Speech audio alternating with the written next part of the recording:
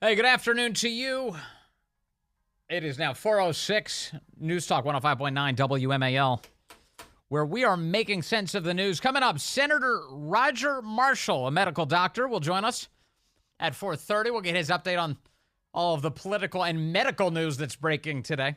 And then at 5:30 from Real Clear Politics, Tom Bevan joins us. We get into the polling data, which just keeps pouring in. And you can join us at 888-630-9625, 888-630-WMAL. All right, with the Democrats running the weakest possible candidate in the country yet again going into this election, a lot of questions about election integrity. Will this be a free and fair election? Well, if we're up to the left, the answer to that would be absolutely not. And we have more evidence of that today as they oppose en masse, altogether, something called the SAVE Act. Republicans were looking to advance it to make it so that only United States citizens could vote in our elections. Democrats in Congress and now also the White House coming out in opposition to that entirely today. For more on this, I want to bring in Ned Ryun, founder and CEO of American Majority. He joins us on the phone. Ned, good to talk to you, sir. Hey, good to be with you, Vince. It's an amazing thing. So this is a very simple bill. It just says you have to prove you're a U.S. citizen to vote in America, which is already the law that you have to be a citizen. And Correct. The left opposes it en masse. Why is that?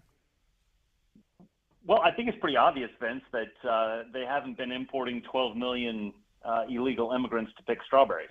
Yeah. It's been pretty obvious what they're doing, that they are importing what they think is a potential new pool of voters for themselves. And I think there's enough loopholes.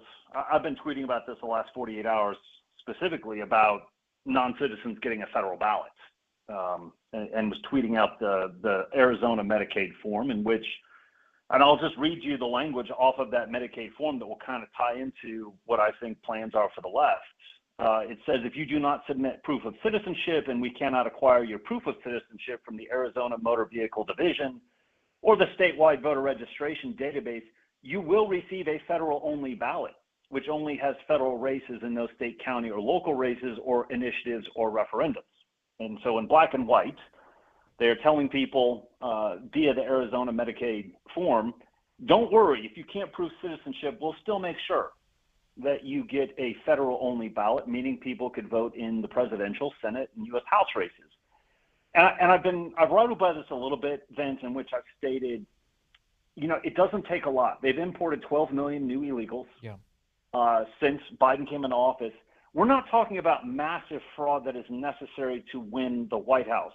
I remind people that 2016 and 2020 combined won by less than 121,000 votes in the states that actually decided the White House. Right. I see no reason why 2024 won't be the same, right? It's going to be a narrow, razor-thin margin. Yes. And if I was the left and I had no morals and no ethics, and in fact my only moral guiding light was political power, why wouldn't you slip 20, 30, 40,000 non-citizens and somehow get them to have an absentee ballot requested and sent and then be able to return it? And that, I think, could be the deciding factor. So, of course, I think the left is absolutely up to this. I think they're making it very obvious with the House Democrats and the Senate Democrats and the White House now saying that we oppose the SAVE Act, which is, again, just a simple reinforcement. If you're not a U.S. citizen and cannot prove that you're a U.S. citizen, you cannot vote in U.S. elections. And Democrats wholesale are saying we are going to oppose this. Leads to a lot of questions. Yes. And to the extent that they're trying to offer any defense that doesn't include, we're trying to let illegals vote, they say stuff like, well, this will create unnecessary barriers to Americans voting.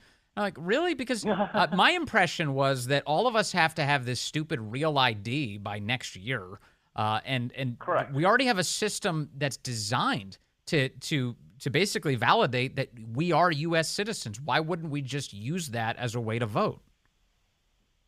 Well, again, it goes back to if you really think this is illegal, that this shouldn't happen. I mean, the White House statement today said, well, it's already illegal for non-citizens to vote. Well, then why don't you just reinforce that point as we're coming into a highly contentious election? Yes. And they will not do that. This would be like saying it's illegal to speed, but we're not going to clock anybody's speed on the roadway. Exactly.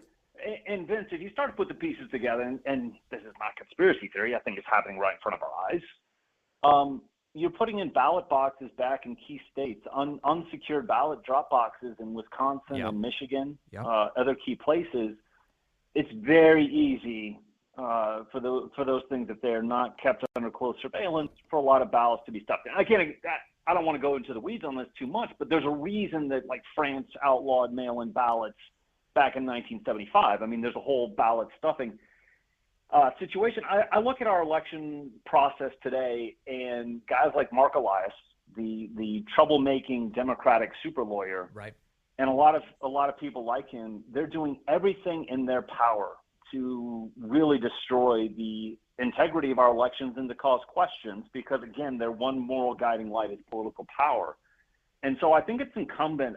I've been asking questions, obviously, on Twitter a lot the last 48 hours. What is the plan for red state AGs and DAs to actually address this situation, in which I do think it is a serious threat? I think they're going to try a whole series of games. I think Zuck Bucks is going to be a little bit harder to do this time around, just because so many states have outlawed that. So, again, what's the new trick? And I think the new trick is non-citizens getting a federal ballot and being able to vote in these key elections, among other things. And then they brought back the unsupervised ballot drop boxes. So I really want to know where the red state AGs and DAs are in this situation, and what they're actually doing to secure the integrity of our elections. And quite frankly, I'm a little troubled, Vince, by the silence that I'm seeing at this point from those AGs and those DAs. The Republic's in the balance. Like, maybe you could step up to the plate and actually do something with the power that you've been given to secure our elections. Yeah, and you don't have to dive deep into any particular scheme in order to step up front and center and say, here's what I'm going to do. I'm going to guarantee that every voter of this state or commonwealth will find these elections credible, and here's how I'm doing it. Correct. And I think, for example, though, perhaps Missouri's state AG, who seems to be a bit more proactive than others, why would he let the vote of Missouri be diluted by non-citizens voting in mass in some of the other states? I mean, I think there's an argument to be made that some of these other state AGs, even if they don't think it's a problem in their state, they should actually start getting together and putting together some efforts to prevent this in other states. Again, we're in July. Ballots drop September 6th in North Carolina. About 10 days later, in-person voting starts in Pennsylvania. A few days after that, in-person voting starts in Virginia. People need to understand time is quickly evaporating before the election season truly begins. And I'm a little troubled. I have to tell you, Vince, there are a lot of people doing a lot of good work. We're headed in the right direction on a lot of fronts, but I think people are a little delusional if they think Trump has this in the bag. Although, well, let's cover a couple of things. One, it's amazing to watch what the left is willing to lie about. It's everything, and just the brazen nature of the way they're trying to cover up Joe Biden's medical problems right now is just over the top, or at least has been. They're trying to switch horses right now, late in this campaign. To the extent that they're trying to do that right now, Ned, which is they want a different candidate at the top of the ticket. That there's some comfort found in that, because it's almost like they're trying to say, well, the electoral consequences of keeping Joe at the top of the ticket are so great. It suggests to me that they don't feel like they fully have this in the bag in terms of election rigging. I think that calls into question their confidence levels. Although I will argue, Vince, in return, this isn't a national election. It comes down to 6 or 7 states. If you've got your ballot harvesting and your non-citizens all lined up in 6 or 7 states, those are the ones that are going to decide it. Yep. But I have to tell you, the statement today from the Biden White House, not from Joe Biden. I want to be clear on that. And I made a sarcastic comment, but I think it's probably fairly true. The statement coming from Dr. Jill and the team running the Biden White House, he's not going anywhere. And he has the legal standing. It's like, come and get me. I am not stepping down as the Democratic nominee. Yes. And basically, I will be the nominee until otherwise I decide. And he's decided I'm not going anywhere. Yeah. I have to tell you, it's pretty staggering to me, just this whiplash that's taking place over the last, call it 10 days, in which, oh my gosh, he needs to go. Well, maybe he shouldn't go. Oh, well, maybe he's going to stay. Like, the changing narrative among the propagandists of, like, we don't even know what we're supposed to say now. I know. Is he going to be the nominee or not the nominee? But I have to tell you, I go back to, Vince, the left's political agenda is devastating to the country, but I admire their political tactics. legal tactics. Obviously, they employ illegal, and their commitment to actually going for the win. And I have to tell you, I'm a little concerned that Republicans and the conservative movement are not nearly as committed to achieving and using political power. And until we do, we will not be as successful as we can be. You have to have that fire in the belly, for sure. We're up against a bunch of religious zealots. Yeah. And I think too many on this side are careerists, like, oh, I had a cool career in D.C., and now I'm going to go on and do something else. And these religious zealots are like, we're going to get power, and we are going to fundamentally change this country. Yes. When we gain that power, and we're never going to beat religious zealots with careerists. And I think we have to meet that fire with our own fire. It's a little bit lacking right now. Right, which is why you bring up that point about the state AGs and making sure that people find their Right. elections credible. Members of Congress who were far too silent on for so long about all of the attacks on the American right, including President Trump. So many sat on the sidelines not wanting to say anything about it until it was obvious that it had reached a critical mass. Then they finally start speaking up. There's too much, kind of jumping in at the tail end of the parade, and instead they should be trying to lead it. That's right. They should have been out in the forefront Yeah. when this all began, called a year and a half ago, when it was patently obvious that this was a fundamental part of Biden's reelection campaign, this lawfare against Trump. But most people sat on their hands, were quiet. Quite frankly, I have questions about why. And now they're jumping on board when they realize this lawfare is falling apart. So, yeah, we need we need a new generation of Republican leaders that are going to understand we need to have political power, and once we achieve political power, we know how to use political power. Yes. Because the American people actually give political power for people to use it, which I think is lost on most Republicans. That's the whole point. Yes. On the political front, I'm hoping to navigate towards even any sense of optimism from you, Ned, which is this. I do wonder to what extent you think it's a good thing that Biden has both created this chaos and Jill and company have decided to keep him at the top of the ticket. There's part of me that thinks this is kind of great, actually. If we're going to have anybody up there politically, it should be Joe. It is. I mean, Donald Trump is maybe the luckiest politician we've seen in our lifetime in that he's probably going to get Joe Biden. He had Hillary Clinton in 2016. He gets Joe Biden in 2024. No, I don't want people to think I'm being pessimistic. I want people to understand we need to have a clear-eyed reality of what we're up against. The left's precious is political power. Yeah. And just because Donald Trump's in the lead in the polls and just because we're really in a very, very good news cycle, again, it's people like, where's Donald Trump? Why is he so silent for the last days? Well, it's quite rude, Vince, to interrupt your opponent while he's self-destructing. So I think Donald Trump is being extremely polite at this moment. Yes. No, I think we need to understand what we're up against. I do have reason for optimism. Again, I look at some of the trends in the polls and all these numbers, and this is great. Yep. I just think that we have to have a clear-eyed perspective on what we're going to be up against in the next 4 months, and we better have our A game ready on absentee ballot generation, absentee ballot chase, securing against non-citizens getting federal ballots, because I will not be I'm not going to be confident until hopefully November 6th. I mean, obviously the left wants to push these into election weeks, but hopefully that by November 6th we'll realize we have given the Republic a chance by returning Donald Trump to the White House. So I'm going to be continuing to sound the alarm of let's not rest on our laurels. Let's not spike the football at the 20-yard line. Yep. Let's run this race all the way through the finish line and do everything that we can. And Ned Ryun, I know you have the ear of a lot of people who are involved in a lot of this, and you're wearing them out like, hey, do the right thing here. Are you encouraged at all by the RNC and under new leadership? Michael Whatley, Laura Trump, they've made election integrity a feature, at least in their public disclosures about what they're focused on. Is that the real deal? Yes. How's that? I think they're moving in the right direction, Vince. Again, I made a move to change RNC leadership in January of 2023. Yeah. Right, with Harmeet. You lose 13 months, 14 months. I think that's extremely valuable time. I think the right decisions were made, obviously, in March to replace Rana. I told Trump, if she stays in as the RNC chair, I think you are setting yourself up for failure in the 24 elections. So they finally made the right decision. They have some of the right people in the right place. I will say this, the thing that gives me the most confidence, Vince, in all of this, Susie Wiles, campaign manager for Donald Trump that he brought back March of 2021. Susie Wiles, the discipline that you're seeing right now, from Trump's silence. That is a direct influence of Susie. The discipline that you were seeing from the actual campaign team, and again, the RNC and the Trump campaign have obviously melded into kind of one organization. A lot of that Susie. And also Susie comes out of the Florida Republican Party. Mm-hmm. Guess who embraced absentee ballot generation and chase for decades? It was the Florida Republican Party. And guess who actually helped run those statewide efforts? Susie Wiles.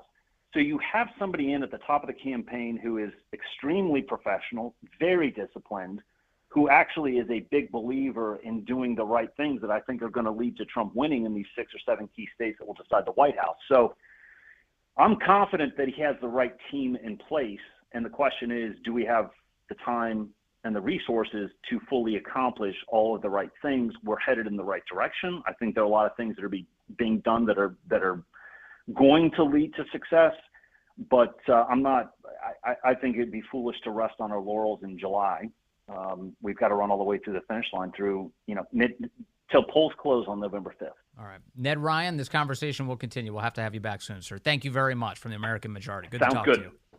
Thanks, Vince. All right, be well. That's Ned Ryun. Yeah, good intel there on what's going on with the Trump campaign and the effort to secure the vote. And I want to get back to it. At some point, we got to talk too big to rig, too. But President Trump has been talking about that, how important that is. And we'll ask Ned if he thinks that's a legit way to dominate in this election. It's 4. All right, let's take a phone call. Doug's in Fairfax, line 1. Doug, good afternoon, sir. You're on the Vince Coglianese Show. Thanks. So I've got, for voter ID, since they won't allow you to require a picture voter ID, they ought to do 2 things. One is for absentee ballots, they should have a place for inkless thumbprint. And then for in-person voting, they should have a video set up where when you check in, you say your name and address, and then the Republicans should advertise they're going to prosecute anybody that does it fraudulently.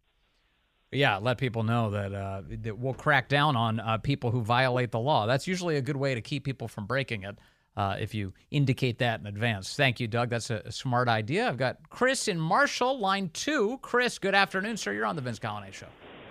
Good afternoon, sir, and hello to Ned. It's good to hear from him as well. Yeah.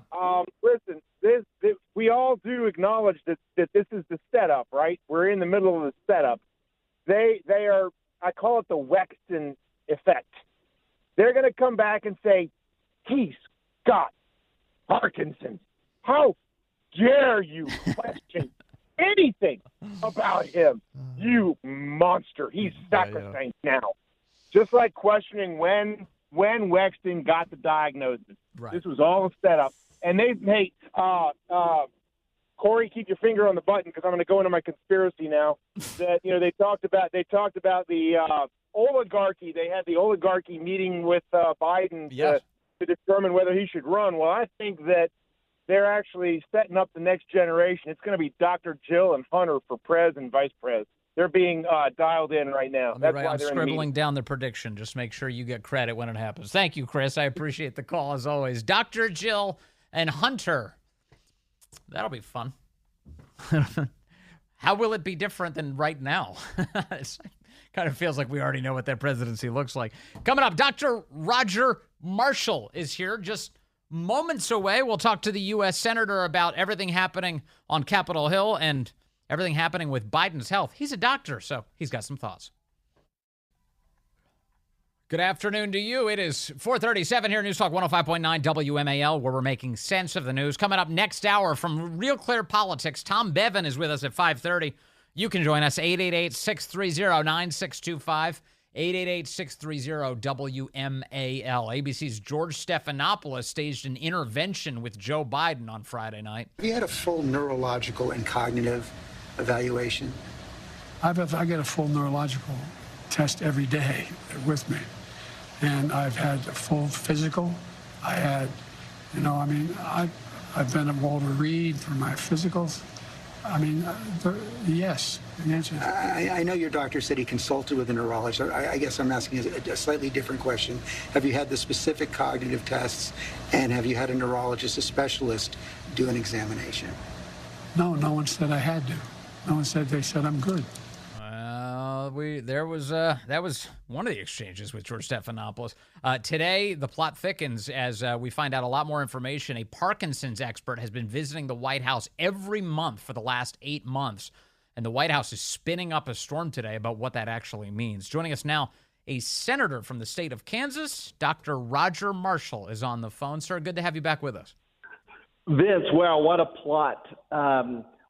So first of all, this just wasn't a neurologist. This is a Parkinson specialist. These people are very, very rare. Why would a Parkinson specialist come to the White House 10 times in the past year? Who are they seeing? I mean, if I was trying to get you in to see a neurologist, it would take 6 months. This Parkinson specialist, they're hard to come by. They're very focused.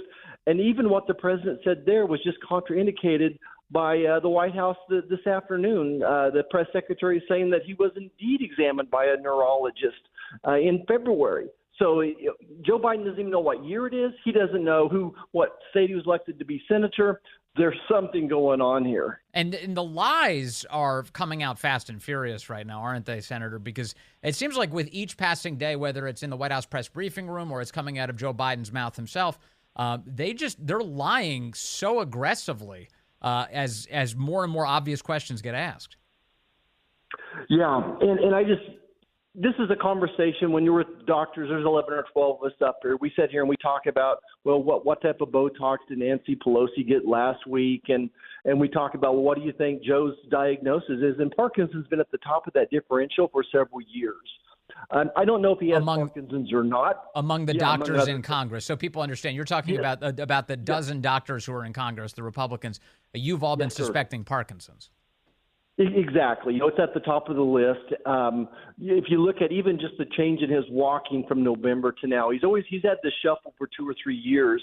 But now, instead of everyone normally walks, their heel hits the ground first, and then their toes. Heel, toe, heel, toe, heel, toe. But now his toes are hitting the ground first.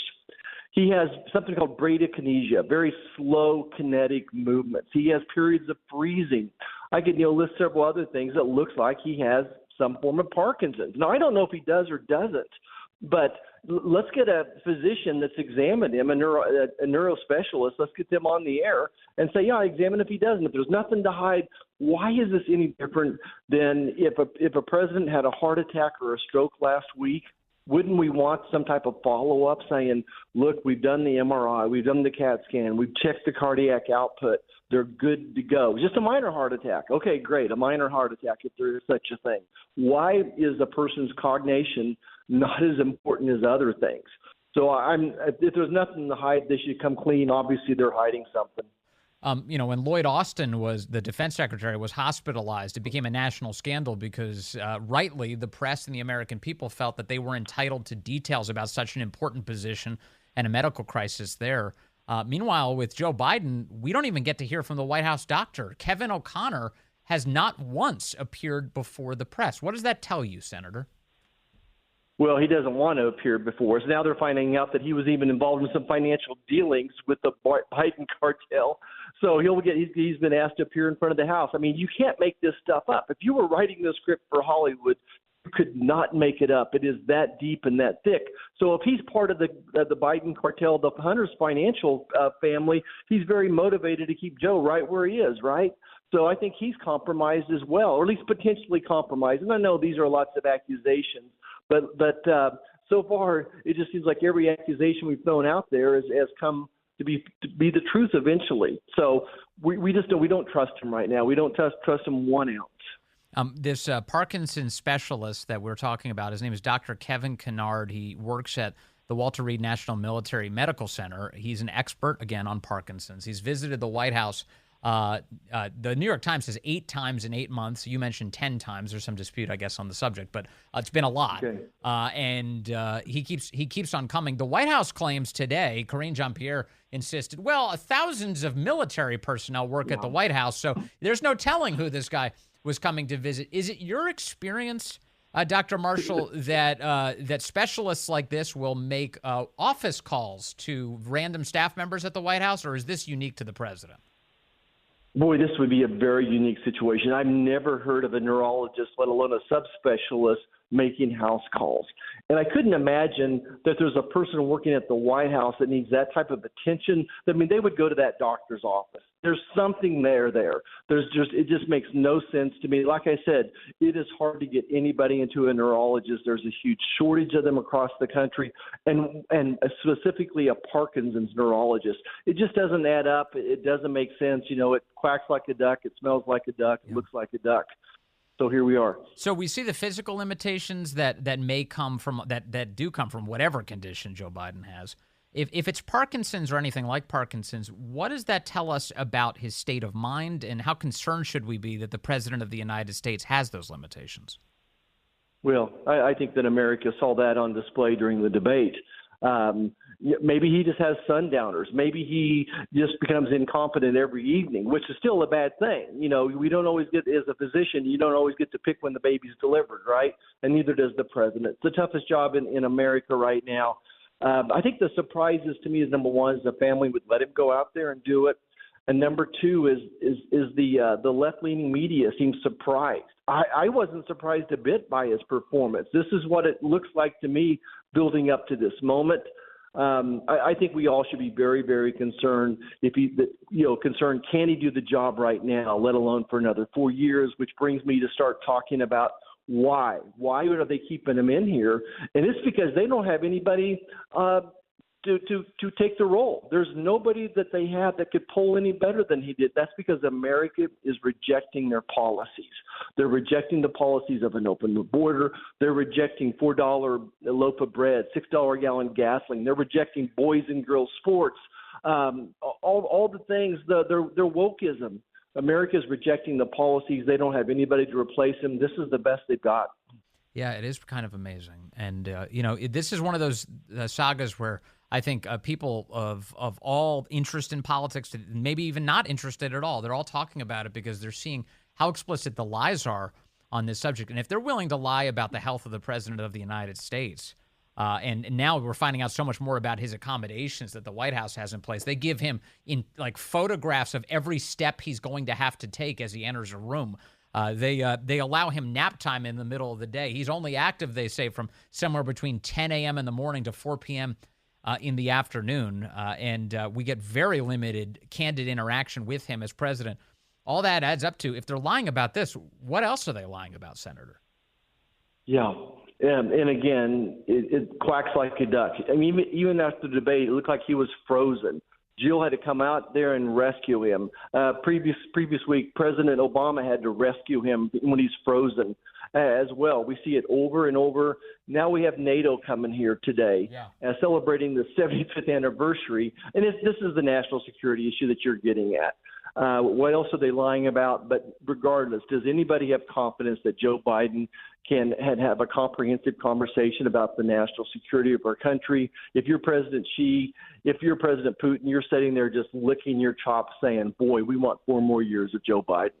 What, in your view, what is the attitude among these Democrats who you work with in the Congress? Because right now it seems like they're not quite sure what to do. There's momentum building to throw Joe Biden out of office to make Kamala Harris the president. But there's also, Joe Biden, whoever wrote the letter for him this morning, I assume Jill, they come out and he says, well, I'm staying in this race. What's it going to look like a week from now? Are all these Democrats just going to memory hold the panic that they're displaying in national media? Well, I think that what we're seeing up here is they have formed a circular firing squad. And the last thing we need anybody to do is jump in the middle of it. Let's just let them shoot at each other. I think it's interesting. President Trump is kind of keeping a little low profile on all this. So let's just let him have this week to sort it out. I think this will be the toughest political week of Joe Biden's life. I think if they're going to can him, it'll have to be this week. If they don't get it done by Friday, I don't think it's going to happen. But again, I go back to this. They don't have a bench. They have nobody that would replace him. You think about Kamala and Newsom, they are politically way left of Joe Biden, if you can believe that. They're woke. They believe in big government wokeism. They're progressives. Their policies don't work. I mean, Kamala has promised when she's president, she'll raise your taxes. Yeah. She's going to borrow money, spend money, and rinse and repeat. That's going to drive up inflation. Americans are not nearly as dumb as the Democrats think we are.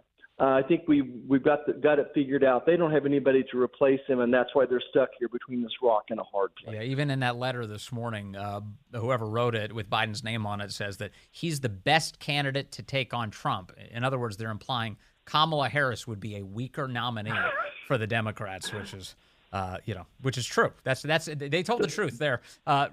Senator Roger Marshall, sir, thank you very much for your time today. Good to have you with us. You bet. Everyone stay out of the way here and just let the Democrats keep shooting each other. It's going to be a fun week. Stay tuned. I think you're right about that. That's definitely happening. I love, by the way, that you've got Democrats who are upset that President Trump apparently has been playing golf. Now, I don't know how much he's been playing golf, but there's some headlines. Trump has been golfing for 9 days. Really? He's been golfing. Isn't that such a fantastic use of money? Think about this. He's conducting a presidential campaign. If he's really been golfing for 9 days, first of all, who would blame him? Second, what that means is he's had to spend no money traveling, no money on campaign advertising. He's going up in the polls. His fundraising's increasing, and it's all due to the self-immolation that the left is undergoing right now. And the media's panic about all of this. He's running this perfectly. Joe Biden is making it so that Donald Trump doesn't have to spend a dime of the hard-earned money that you have donated to President Trump's campaign. He can save it. He can save it for a later date. Right now, he doesn't have to spend it at all. This is perfect campaigning. He's sticking the landing. It's going very well. And you heard Ned Ryun say a moment ago that that's in many ways obviously a credit to President Trump, but a credit to Susie Wiles, who Ned Ryun points out has been excellent. We don't talk about her name much because she never makes the story about her, but she's the campaign manager for the Trump campaign, and she is apparently giving him all sorts of good advice, including, hey, just lay low during all of this because this is going great for you, and this will go great for you. And sure enough, if that's the advice she's giving, she's definitely right. She's absolutely right. All right, hold on. I've got your calls coming up, and then we've got to get into this Kevin O'Connor character, Dr. Kevin O'Connor, his entanglement financially with the Biden family and the role it might be playing in the lies we're being told. First, 450. All right, to the phones we go. Dennis is calling in from Annapolis now. Line one. Dennis, good afternoon. So you're on the Vince Coglianese Show. Hey, Vince. I've been beating this drum for a long time now. But I think that about Kevin O'Connor, the president's physician, I really think he's in on the cover-up.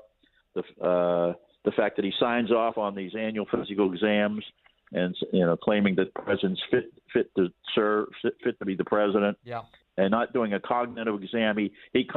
O'Connor comments that he did a quote unquote detailed neurologic exam, but yet he can't do a 10-minute Montreal cognitive assessment exam.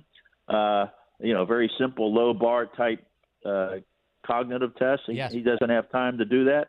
I just think he's in on the cover-up. I think that the D.C. Board of Medicine ought to review his license since he's supposedly an associate professor at the GW School of Medicine. And I don't think he's ethical for signing off on these annual. What's the point? What's the point of doing annual physical exams on a president? I mean, what is the whole point of it? What's the goal of it? To me, I mean, he's fit to serve. Really is fit to serve. Yeah, the point would be to try and give us some information about the health of the leader of the free world that we're entitled to. But it certainly looks like, from every outside observer who has any sense about them, that they're not really being forthcoming about how dire his medical situation is. Yeah, well, Kevin O'Connor's certainly not clarifying that. No. And if he had any ethics, he would have not signed off on such an exam and resigned from being the physician to the president. To me, it's unethical. And can I add one more thing? This letter that Biden sent to the House members. Yep. Yeah, there's a lot of lies in it. He probably didn't even write it, but they have a part in there about the Republicans, or the MAGA Republicans, as he keeps repeating, that they want to totally remove abortion or availability of abortion across the United States, which is one lie. And then, quote unquote, they have already said they won't stop there and are going after everything from contraception to in vitro fertilization to the right to marry who you love, unquote. Now, to me, that's That's a lie. The abortion pill was recently approved, and Trump said it was okay with him.